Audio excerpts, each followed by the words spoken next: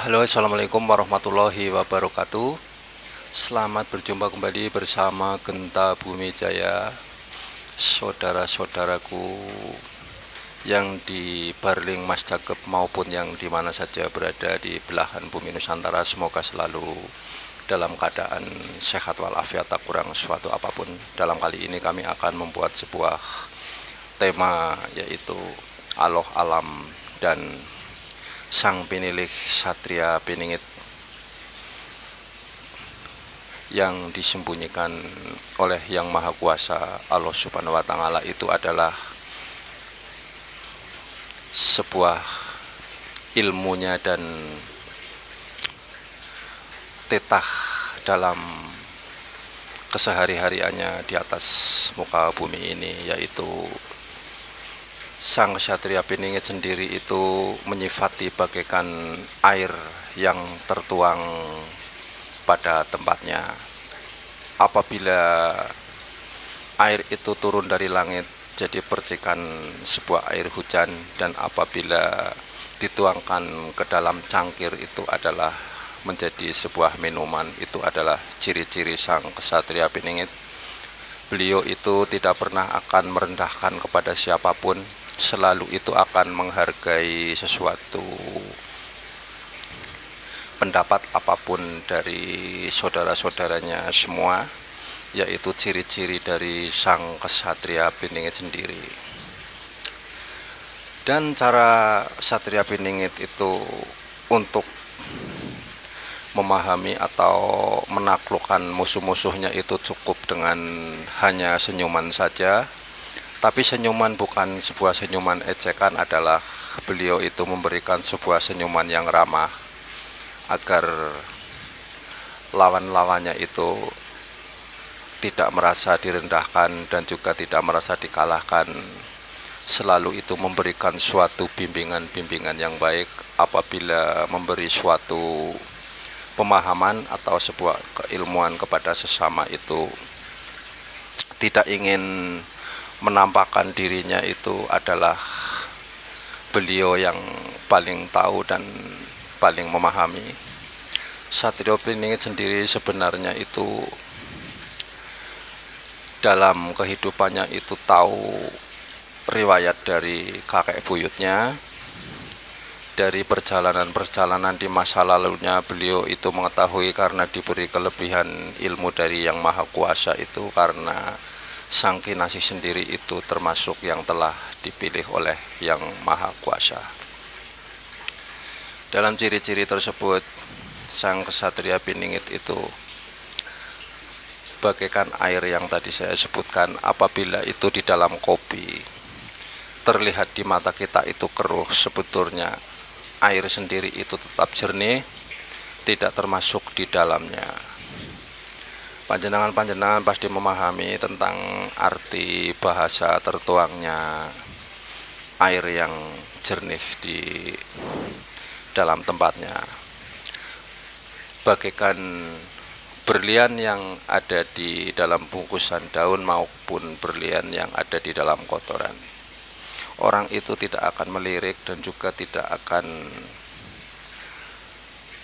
memahami bahwa di dalamnya itu adalah sebuah berlian. Berlian itu apa? Berlian itu adalah pemahaman, rasa yang sejati, rasa yang murni dari beliau sendiri.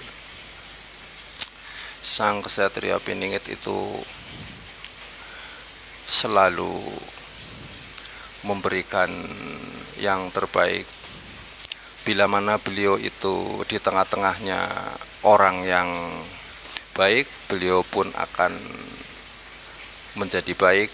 Apabila di tengah-tengahnya orang yang sifatnya itu negatif, juga akan terlihat seperti negatif, tapi sebenarnya itu tidak negatif. Hanya menyesuaikan, memberikan suatu ajaran karena untuk menyerap perjalanan-perjalanannya kita semua. Sang Ksatria Piningit itu mempunyai ilmu tersendiri yang tidak dipahami dan tidak diketahui oleh kita semua.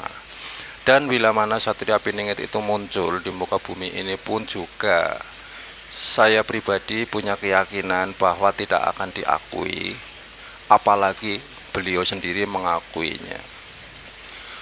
Satrio Piningit sendiri itu akan lebih senang dan lebih suka apabila tidak diakui, karena beliau itu selalu dalam kiprahnya itu tidak pernah pamrih. Seperti halnya Sang Pamomong, yaitu yang disebut bisa Ki Sabdo Jati Tunggul Doyo Among Roko atau Eyang Semar. Kalau di tanah Jawa ini, Semar sendiri itu adalah tersamar. Yang namanya samar itu tidak jelas, dianggap iya itu ternyata bukan, yang dianggap bukan itu ternyata iya. Itu adalah yang disebut semar. Dalam banyak pemahaman dari orang Jawa khususnya adalah yang disebut Eyang Semar di dalam perwayangan bentuk nyatanya seperti itu, kanan kiri disembunyikan, tangan kanan itu yang diulurkan. Tapi Eyang Semar sendiri kalau menurut dalam pembatas pengetahuan saya itu adalah, kalau di dalam tanah Jawa ini Nini Semara Bumi, kaki Semara Bumi. Nah, kalau sudah bisa menyifati bumi itu adalah yang disebut Sang Kesatria Piningit. Bumi apabila itu diinjak itu akan diam, tapi apabila ditanami itu akan berbuah, buah itu akan bisa dinikmati. Itulah yang namanya orang yang menyifati bumi. Maka dari itu Sang Kesatria Piningit itu boleh dikatakan bisa menyatu dengan alam. Karena Sang Ksatria Piningit sendiri itu telah dipilih oleh Allah Subhanahu wa Ta'ala di berbagai macam golongan, bukan hanya menitik beratkan kepada satu golongan, karena Sang Ksatria Piningit itu sebenarnya itu satu, tapi ada di mana-mana. Yang ada di mana-mana itu apanya? Yang ada di mana-mana itu jiwanya. Jiwa di diri panjenengan semua, dan juga jiwa yang di dalam diri kita, itulah yang namanya satu tapi ada di mana-mana. Akan tetapi dalam bahasan ini kami garis bawahi Ksatria Piningit yang menjadi seorang pemimpin Nuswantara atau pemimpin dunia, karena kita itu di dalam Bumi Nuswantara kita bahas tentang cerita Sang Ksatria Piningit, pemimpin Nuswantara itu, yaitu tadi yang seperti saya katakan, tertuangnya bagaikan air di dalam tempatnya. Bila mana beliau itu berkunjung di pulau-pulau yang lain, satu contoh misalnya berkunjung ke Pulau Nusa Tenggara Barat di daerah Lombok, beliau pun juga jiwanya seperti sebagaimana kehidupan di daerah Lombok sesuai dengan pakaiannya. Bila mana beliau itu berbicara di Kalimantan, beliau pun juga akan sebagaimana sifatnya seperti dalam kehidupan di tanah Kalimantan, yaitu suku pedalaman Dayak. Bila mana beliau itu berbicara di pulau-pulau yang lain juga akan selalu akan menyesuaikan pada tempatnya. Itulah yang disebut Sang Ksatria Piningit. Jiwanya itu tidak pernah bang sinde bang silatan, selalu akan memikirkan kepada masyarakatnya atau umatnya. Itu yang disebut Sang Ksatria Piningit. Namun Sang Ksatria Piningit sendiri walaupun itu sudah hadir atau muncul di muka bumi ini, saya punya keyakinan di dalam batas kemampuan saya sendiri itu Sang Ksatria Piningit itu tidak mungkin akan diakui dan juga tidak mungkin akan mengakuinya apalagi.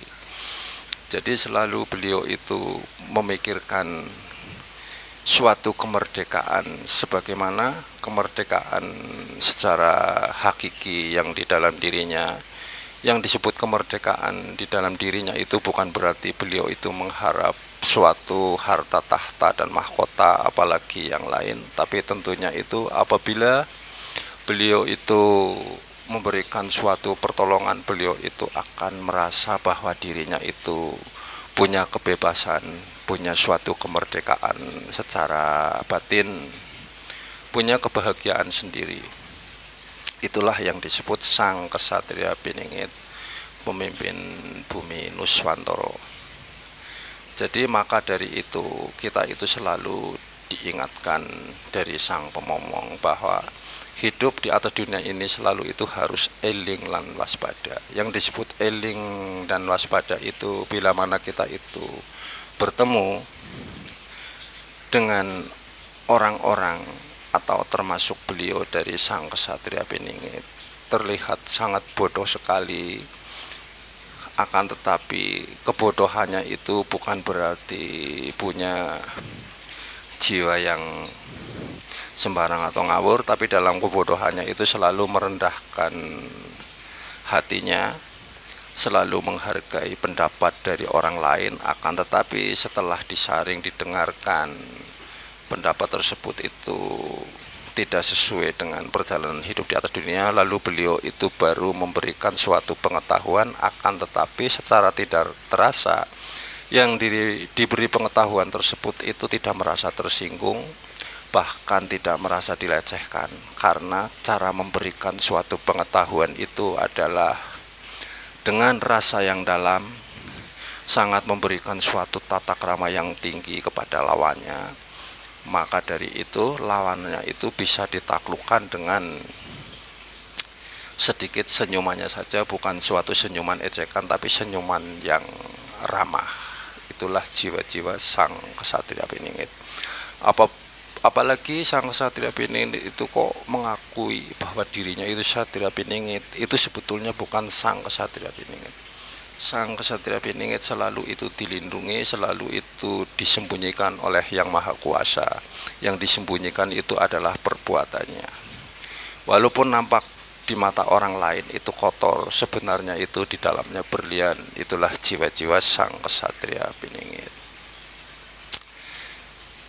Bila mana beliau itu sudah tiba waktunya, nanti lambat laun secara tidak rasa kita semua itu akan tahu siapa sebenarnya dan siapa sesungguhnya Sang Kesatria Piningit yang akan memimpin bumi Nuswantara ini. Karena nanti dengan bukti-bukti yang telah diperbuat oleh beliau Sang Kesatria Piningit, itulah nanti yang akan memberikan suatu jawaban kepada kita semua, bukan sebuah pengakuan tapi sebuah tindakan nanti. Jadi bagaikan sebuah prasasti tapi yang harum semerbak, bagaikan harumnya ketika mendiang Sang Prabu Silihwangi. Yang disebut Silihwangi itulah yang namanya selalu berganti menebarkan suatu keharuman-keharuman, bukan keharuman sebuah wewangian yang ada di dalam pakaian kita, akan tetapi keharuman yang bisa dirasakan oleh rakyatnya semua. Saudara-saudaraku semua, kiranya sampai di sini dulu. Apabila pembahasan dalam kali ini ada sesuatu kekurangan, kami sebagai Genta Bumi Jaya mohon maaf yang sebesar-besarnya. Jangan lupa subscribe dan like agar video saya itu bisa berkembang dan bisa melanjutkan video-video yang akan datang. Terima kasih. Assalamualaikum warahmatullahi wabarakatuh.